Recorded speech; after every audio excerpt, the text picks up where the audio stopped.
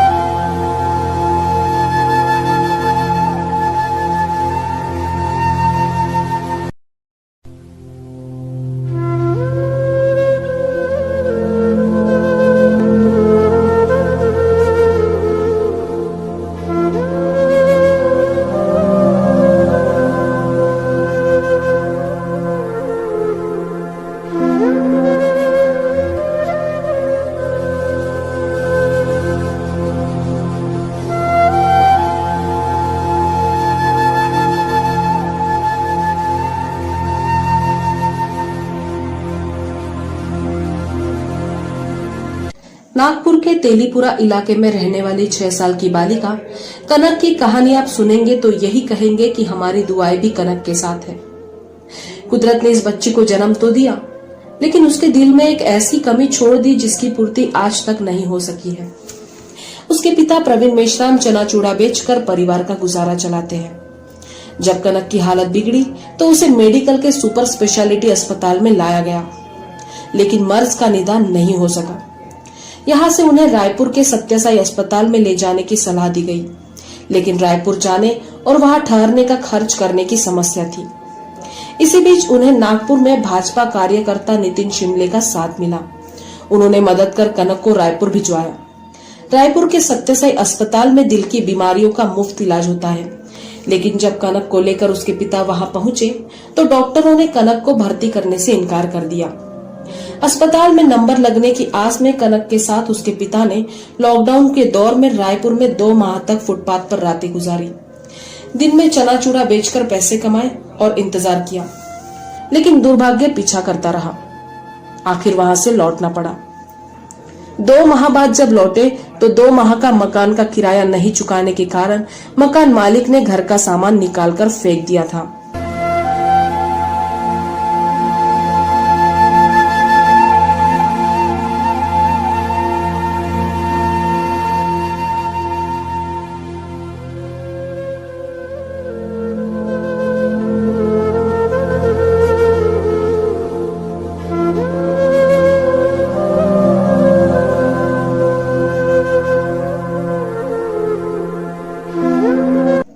अब नागपुर में रहने को कोई मकान भी नहीं था। ऐसे में नितिन शिमले ने उनकी मुलाकात विधायक मोहन मते से करवाई। उनके अमूल्य सहयोग से एक बार फिर रायपुर के सत्यसाई अस्पताल में इलाज की राह आसान हुई। लेकिन आज कनक के पिता के सामने समस्या यह है कि वे 15 मार्च से लगे लॉकडाउन में कैसे कमाई करें। वे अब सड़क पर चना चूड़ा भी नहीं बेच सकते। बड़े होटलों को ऑनलाइन ऑप्शन दिया गया है, लेकिन प्रवीण की तरह सड़क किनारे छोटा सा व्यवसाय करने वाले अब सड़क पर ठेला लेकर नहीं निकल सकते। ऐसे में एक बार फिर कनक के इलाज के लिए दिन रात एक कर परिश्रम करने वाले उसके पिता पर संकट का साया मंडराने लगा है। ऐसे में परिवार का गुजारा कैसे चलेगा? कौन मदद करेगा? बेटी की सांसों की डोर को टूटने से बचाने की राह में आने वाली बाधाएं कब थमेगी? यह प्रश्न कनक के पिता के सामने है। बीकेबी न्यूज के लिए नागपुर से दिलीप जायसवाल की रिपोर्ट। और अब हम सीधा जुड़ते हैं हमारे संवाददाता मुकेश हेड़ाऊ से, जो इस वक्त उस परिवार के साथ मौजूद है। तो मुकेश जी, 6 साल की बच्ची कनक मेश्राम के परिवार के क्या हालात हैं? अगर बात की जाएगी कनक मेश्राम की, तो ये 6 साल नहीं 7 साल की इसकी आयु है और पिछले 3 वर्षों से उसके पिताजी जो संघर्ष कर रहे हैं प्रवीण मेश्राम, वो काबिले तारीफ है। एक बच्ची के लिए अपने बाप का वैसे भी प्यार बहुत दुगना होता है और ऐसे में बच्ची के दिल में सुराग होना एक बहुत बड़ी बात है। 16 mm के करीब ये सुराग है और बचपन से सुराग है, जिसका खतरनाक जो उसके जीवन शैली पर अभी असर पड़ रहा है। वही बात की जाएगी अगर इस परिवार की, तो इस परिवार की माली हालत हम आपको बताना चाहते हैं कि ये परिवार अपने 2 बच्चों के साथ इस जगह रहता है। कनक है अपनी माँ के साथ यहाँ पर बैठी है, उसका छोटा भाई है और ये है उनके पिता प्रवीण मेश्राम। यही अगर देखा जाएगा तो सारी चीज़ों को अगर गंभीरता से लिया जाएगा तो एक बात देखी जाती है कि पिछले 1 से 2 वर्ष के अंतराल में कहीं ना कहीं इसके पिताजी ने, जो प्रवीण मेश्राम है कनक के पिताजी, उन्होंने काफ़ी प्रयास किए, अपना जितना भी जो इनके पास सेविंग्स थी वो लगा दिए, लेकिन जो हालात है घर के, हम बताना चाहते कि वो जो काम करते हैं वो चूड़ा या फिर पिंगर बेचने का काम करते हैं। हालांकि ठेले पर काम करते हैं और ठेले पर वो पिंगर और चूड़ा बेचते हैं, लेकिन दुर्भाग्य इस बात को कहेंगे कि इस दौरान अभी लॉकडाउन है नागपुर में और लॉकडाउन में चूड़ा और वो फिंगर भी नहीं बेच सकते। ऐसे में घर की परिस्थिति आपने देखी, इन सारी चीज़ों को देखते हुए ऐसे में अपने बच्ची का इलाज कहाँ तक करें। इस इलाज की अगर बात की जाएगी तो कई सारे लोगों से वो मिले इस दौरान। कुछ लोगों ने हालांकि मदद भी की, जिसमें विधायक यहाँ के जो दक्षिण नागपुर के विधायक हैं मोहन मते जी, उन्होंने भी कुछ मदद की, लेकिन वो मदद काफ़ी नहीं है। ऐसे में देखा जाएगा तो कनक की हालत दिन ब दिन खतरनाक होते जा रही है, दिन ब दिन उसकी वो कमज़ोर होते जा रही है। ऐसे में उस परिवार को अब ज़रूरत है कुछ आर्थिक सहायता की, जिसके कारण इस बच्ची के दिल का सुराग ठीक किया जा सके और बच्ची स्वस्थ हो सके। जोया जी, तो लॉकडाउन के कारण इस परिवार की उपजीविका लॉकडाउन का किस तो तरह वैसे से सभी चल पर रही है असर पड़ा मुकेश जी? हुआ है। वही अगर बात की जाएगी इस परिवार की तो बड़े गंभीर हालात है। हम खुद प्रवीण मेश्राम को ही बुला लेते हैं और उनसे सीधे रुख करते हैं, क्योंकि उनके घर के सामने खड़े हैं। प्रवीण जी आइए और हमें बताइए कि आखिर किस तरह के हालात है आज आपके? आज मेरा ऐसा हालत है कि रोड पे धंधा भी नहीं कर सकता हूँ मैं। जो ठेला वेला चलाता हूँ वो लॉकडाउन की वजह से अभी कोई खरीदता भी नहीं है कोई चीज़। गाड़ी भी, ठेला वगैरह भी चलने नहीं देते पुलिस वाले। और जब वो ठेला ही नहीं चलेगा तो मैं क्या कर सकता हूँ उसके लिए। घर की तंगी में बच्ची की दवाई करूँ या बच्ची का इलाज करने के लिए पैसे देखूँ, कुछ करने के लिए कोई काम ही नहीं बचा है मेरे पास। कितना प्रयास किया आपने अपनी बच्ची को करने के लिए और कब से आपको पता चला कि इसके दिल में सुराग है? बच्ची मेरी बचपन से मालूम था सुराग है करके, लेकिन उसका बस हम दवाई वगैरह देते थे। लेकिन जब वो 3 साल की हुई तो उसके बाद में वो ज़्यादा बीमार पड़ना चालू हुआ, सर्दी, निमोनिया, कफ वगैरह होते गए। तो उसके वजह से फिर हमने उसको जितने भी कमाते जा रहे हैं बस वो पैसे लगाते थे। आज अभी है ना, अभी तक के मैंने उस टाइम से अभी तक 1.5-3 लाख रुपए लग गए उसको। कहाँ लेके गए आप इस दौरान उसको, बच्ची को? क्योंकि अभी आपके पास की माली हालत ठीक नहीं है। खुद आप जिस घर में रहते थे नंदनवन, वहाँ से भी आपको निकाल दिया गया और आप 1.5 से 2 महीने यहाँ पे रह रहे। कहाँ लेके? अपना सुपर हॉस्पिटल में लेके गए, वहाँ से फिर रायपुर भेजे, रायपुर लेके गए। इसके पहले भी रायपुर ले जाने के पहले प्राइवेट वगैरह में भी बहुत जगह इलाज कराया मैंने। तो बस वो निमोनिया वगैरह का इलाज होता था उसका, अपन हार्ट का उन लोग बस मेरे को दवा वगैरह, बस ऑपरेशन का कुछ ऐसा कुछ बोलते नहीं थे मेरे को, बस हो जाएगा। अभी उसका हार्ट जो था बड़ा है बोले, उसके वजह से ऑपरेशन करने के लिए जगह नहीं है उसके वजह से।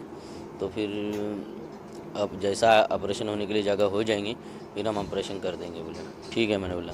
फिर उसके बाद इंजो कराया हमने उसका सुपर में इंजो कराने के बाद में उन लोगों ने हमको अर्जेंट बोले कि जल्दी जाओ, बोले तुम्हारे बच्ची का ऑपरेशन हो जाएगा रायपुर में। तो 2 महीने वहाँ पे रुके हम लोग। वहाँ पे भी मेरे को नितिन भाऊ, ये शिमले भाऊ नितिन, उन लोगों ने मेरे को पैसा जमा करके इधर मेरे को दिए और मेरे को जाने दिए, उधर पहुँचा दिए। मेरे को जाने के लिए भी पैसे नहीं थे मेरे पास में, इन्होंने मेरे को उधर भेजा है। उसके बाद में उधर में रहा मैं 2 महीने। तो वहाँ पे मैं चिवड़ा वगैरह ये वो बेच के अपना गुजारा कर लिया। उसके बाद में उधर से आया मैं, उधर में बच्ची को 25 दिन एडमिट रखे और निमोनिया वगैरह होने के कारण वापस भेज दिए। अभी कहाँ पर इलाज के लिए उसको बोला गया है और वो कैसा खर्चा आप करने वाले, क्या आपके पास इतना है? नहीं, अभी तो उतना पैसा नहीं है। मुंबई में भेजने वाले मेरे को उन लोग, बोले कि यहाँ के सर्जर जो है वो मुंबई चले गए। जैसा यहाँ के कोई मंत्री जो पाटिल वो है ये सर है, उन लोग राउत सर, तो इन लोग जो है उन लोगों ने जरा हम को थोड़ी सी मदद करे या उनके थ्रू से मेरे बच्चे को कुछ अच्छा हो जाए, बस उन्हीं से विनती करता हूँ कि ज़रा सा मेरे बच्चे की तरफ और हमारी सहायता करे बस। तो जो है आपने देखा कि जिस तरह से एक पिता की जो भागदौड़ रही है पिछले कुछ वर्षों में, और जो भागदौड़ के कारण जिस तरह से विपदा आई हुई है, मतलब इस परिवार पर ही पूरी विपदा आई हुई है। ऐसे में नंदनवन में परिवार रहता था, कैसे तैसे गुजारा बसरा करता था, लेकिन जिस तरह से जब रायपुर में जब अपनी बच्ची के इलाज के लिए करीब महीना भर ये रुका, और महीना भर रुकने के बाद में वहाँ पर भले ही उन्होंने सड़कों पर दिन निकाले हो गए, लेकिन हॉस्पिटल में इलाज करने की जो कोशिश की, उसके बाद में जब ये परिवार जब नागपुर में आया तो नंदनवन से भी इनके पास किराया नहीं था देने के लिए, तो मकान मालिक ने इनको घर से निकाल दिया। और उसके बाद आज जो स्थिति है वो ये है कि इस झोपड़े में, इस घर में ये लोग रह रहे हैं, कहीं ना कहीं आसरा मिला हुआ है इन सारी चीज़ों को देखते हुए। तो अपने आप में एक बहुत गंभीर बात है जो है।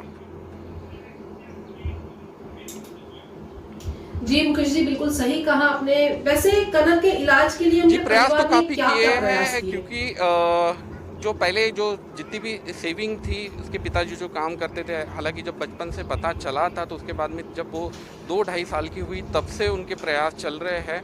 जो पैसा था अभी उन्होंने बताया कि 2.5 से 3 लाख रुपए उसके इलाज के लिए कैसे भी लग गए। उसके बाद में कहीं न कहीं किसी ने कहा कि रायपुर में इसका इलाज संभव है। रायपुर के एक सेवाभावी अस्पताल में ये लोग गए। यहाँ के विधायक जो है दक्षिण नागपुर के मोहन मते ने इनको सपोर्ट किया और यहाँ से वो वहाँ पर गए थे, लेकिन वहाँ पर भी पूरी तरीके से इलाज नहीं संभव हो पाया। ऐसे में अब बात है यहाँ से मुंबई जाने की, लेकिन लॉकडाउन लगा हुआ है। लॉकडाउन में कैसे तैसे उसके पिता जो प्रवीण मेश्राम जो चना चूड़ा या फिर फिंगर बेचते थे, उसका धंधा करके पैसे कुछ सेविंग करने वाले थे, उसका व्यवसाय करके कुछ सेविंग करने वाले थे और उससे कहीं न कहीं वो मुंबई जाते थे। लेकिन ऐसे में लॉकडाउन की दोहरी मार इस परिवार पे आ पड़ी है और सोचा जाए तो देख सकते हैं कि बच्ची का इलाज करे या घर की उपजीविका चलाए या घर का किस तरह से खर्चा गुजारा चलाए, ये सबसे बड़ा सवाल इस परिवार के सामने अब उत्पन्न हो गया है। जोया, तो कनक के इलाज के लिए किन बातों की आवश्यकता जी जोया, कितना सबसे खर्चा बड़ी लग बात सकता है कि अगर उसके इलाज कनक के वैसे? इलाज के लिए अगर हम बात की जाएगी तो हम सीधे उसके पिता की तरफ ही रुख करते हैं और उनसे बात करते हैं कि आखिर उनसे ही जानते हैं कि कितने की इलाज की डॉक्टरों ने उसको बताया है कि और कितना खर्चा लगने वाला है। प्रवीण जी आप आइए। कनक का इलाज अभी मुंबई में होने वाला है, कितना खर्चा लगने वाला है और क्या आप कहना चाहें? खर्चे का तो उन लोग बोले कि मेरे को यानी इधर प्राइवेट में जब मैं पूछा था तो उस टाइम मेरे को बोल रहे थे कि देखो 2 लाख 2.5 लाख 3 लाख ऐसा खर्चा आता है बोले ऑपरेशन में कोई भी। पर लेकिन मैं मुंबई में जब गया था, मुंबई में गया नहीं, जैसा रायपुर में गया था तो उन लोग बोले मुंबई चले जाओ। तब मुंबई में मैंने कभी मुंबई में गया नहीं हूँ और वहाँ के हालत भी देखा नहीं हूँ मैंने बराबर, तो वहाँ पे क्या बोलेंगे, पैसा कितना लगेगा। पर बोले उन्होंने कि पैसा लगता है उधर, तो ठीक है पैसा लगता है तो, लेकिन मैं कहाँ से मैनेज कर सकता हूँ? वहाँ का जो कोई होगा पैसे बताने वाला, तो वहाँ से इधर से कोई हेल्प करेगा मेरे को, तो उन लोग भी ज़रा सा वो देख के हेल्प करेंगे। मेरे से पूछने से अच्छा वहाँ से कोई हेल्प मिल जाएगा मेरे को, वही के वही। और उतनी जानकारी उन लोगों ने मेरे को दी नहीं, मुंबई वालों ने, कि मेरे को इतना पैसा लेके आना है या बस। पर मेरे को वहाँ पे जाने के बाद में यहाँ से जाने का खर्चा, वहाँ रहने का, बच्चे को संभालने का, ये सब तकलीफ है मेरे को। जो है कुछ लोग भी हमारे साथ यहाँ पर जो उनको हालांकि मदद करते हुए आ रहे हैं, इन्हें हम सही में इनका शुक्रिया अदा करेंगे कि इनके कारण यहाँ पर उनको रहने के लिए एक छत मिली हुई है, भले ही वो कैसी भी हो लेकिन एक छत मिली हो और आज ये परिवार यहाँ पर रह रहा है। आपका नाम बताइए और ये परिवार किस हालात में यहाँ पर है? मेरा नाम नितिन सिमले है। ये बहुत बुरी मुसीबत में इधर मैं ये ऑटो के अंदर में घूम रहे थे, इधर उधर में बच्ची की हालत इतनी ज़्यादा ख़राब थी कि उसको उस समय निमोनिया कफ वगैरह हुआ था। तो कैसा करना था, इनको कुछ रास्ता नहीं बन रहा था। तो कुछ लोगों के माध्यम से मैंने रायपुर में बात कराया, रायपुर हॉस्पिटल फिर जाना है, तो फिर जाने के लिए फिर इसकी तरफ उतना साधन नहीं, जाने का खर्चा नहीं, फिर इसको कुछ खर्चा देकर इसको रायपुर में भेजा गया। रायपुर में भेजा गया तो रायपुर में कोरोना का दौर था, तो बोले पहले तुम्हारे को कुछ दिनों के लिए क्वारंटाइन, ये ऐसा 15 दिन 20 दिन करते हुए इनको महीना 1.5 महीना 2 महीना बाहर ही रखा गया। तो ये बाहर में इनको प्रयास चल रहे हैं इस परिवार हाँ को मदद करने के लिए, मतलब पास जा रहे हैं, हाँ। जनप्रतिनिधियों के पास जा रहे हैं? हर जगह मैं लेके जा रहा हूँ इसको की काही ना काही मदत हो जाए. एक माणुसकीच्या नात्यानं या परिवाराला कुठून पण त्यांचे जीव वाटलं पाहिजे त्या मुलीचं आणि त्याच्यासाठी मला जेवढेही प्रयास करावं लागेल मी नेहमी करतच राहील.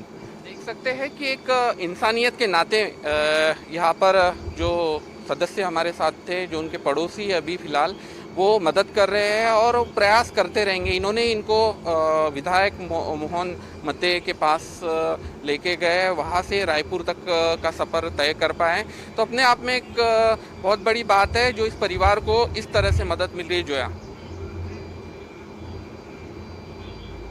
जी मुकेश जी बिल्कुल सही कहा. तो कनक के इलाज के लिए कोई जी सेवा बिल्कुल. संस्था से वीकेबी अपील करना न्यूज़ चाहेगा? भी अपील जरूर करना चाहेगा कि शहर में ऐसी बहुत सी सेवाभावी संस्थाएं जो आज इस तरह के जो परिवार होते हैं उनको आर्थिक तौर पर मदद करती है. और हम भी यही चाहेंगे कि जो सेवाभावी संस्थाएं हैं वो कनक के घर तक आए, यहाँ तक उनके हालात देखें, क्योंकि आजकल जिस तरह के जो हालात हैं उन सारी चीज़ों को देखा जाता है कि हम ये नहीं कहते कि आप कुछ भी या उनको पैसे दीजिए या फिर उनको इलाज के लिए सारी चीज़ें प्रोवाइड कर दीजिए, लेकिन जो लोग इनकी मदद करना चाहते हैं वो लोग यहाँ पर आए, इस परिवार की हालत देखे और उसके बाद में निर्णय ले कि इस परिवार को आखिर कितनी ज़रूरत है और कितनी इस परिवार को मदद करने के बाद एक पुण्य का काम हो सकता है. क्योंकि जिस हालात में ये परिवार रह रहा है यहाँ पर अभी, उस हालात को देखते हुए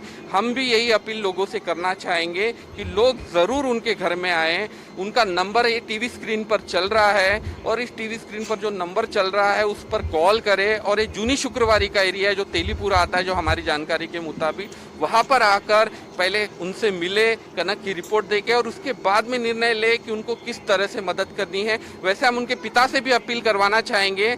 प्रवीण जी, क्या अपील करना चाहेंगे आप सेवाभावी संस्थाओं? जो भी आप उन लोग जो मदद करेंगे, जैसा दवाखाने में मेरे बच्ची का जो इलाज हो सकता है उनके थ्रू से जब इलाज हो गया मेरे बच्ची का, तो उससे ज़्यादा मेरे को कुछ नहीं चाहिए. और दूसरी बात तो ये कि जब मुंबई में मेरे को जैसा ऑपरेशन के लिए जो बोले तो वहाँ करा देंगे, तो वहाँ भी करने के लिए मैं तैयार हूँ. और जब इधर कोई नागपुर में जब उन लोग बोलेंगे कि हम अपने इधर से करा देते ऑपरेशन और मेरे बच्ची का अच्छा सब वो कर सकते हैं, तो इसके लिए मेरे को कोई है नहीं. तो अपने बच्ची को बचाने के लिए और दिल में जो सुराग है उसका इलाज करने के लिए एक पिता की अपील है कि जिस तरह से भी जो भी संभव मदद है वो शायद इस परिवार को कर सकता है और यहाँ तक आ सकता है. इन नंबर पर, दिए गए नंबर पर कॉल कर सकता है. जोया जी बहुत बहुत शुक्रिया मुकेश जी हमसे जुड़ने के लिए. तो जैसे कि आपने देखा कि क्या हालात है उस परिवार की फिलहाल, तो हमारे वीकेबी के दर्शकों से हमारी यही अपील है कि अगर आप कनक मेश्राम की मदद करना चाहते हैं तो नीचे दिए गए नंबर पे कांटेक्ट कीजिए ताकि हम अपनी छोटी सी कोशिश से किसी की हिम्मत बढ़ा सकें. तो लॉकडाउन के खबरों के सफर में आज इतना ही. आपसे फिर मुलाकात होगी, तब तक बने रहिए वीकेबी न्यूज के साथ. नमस्कार.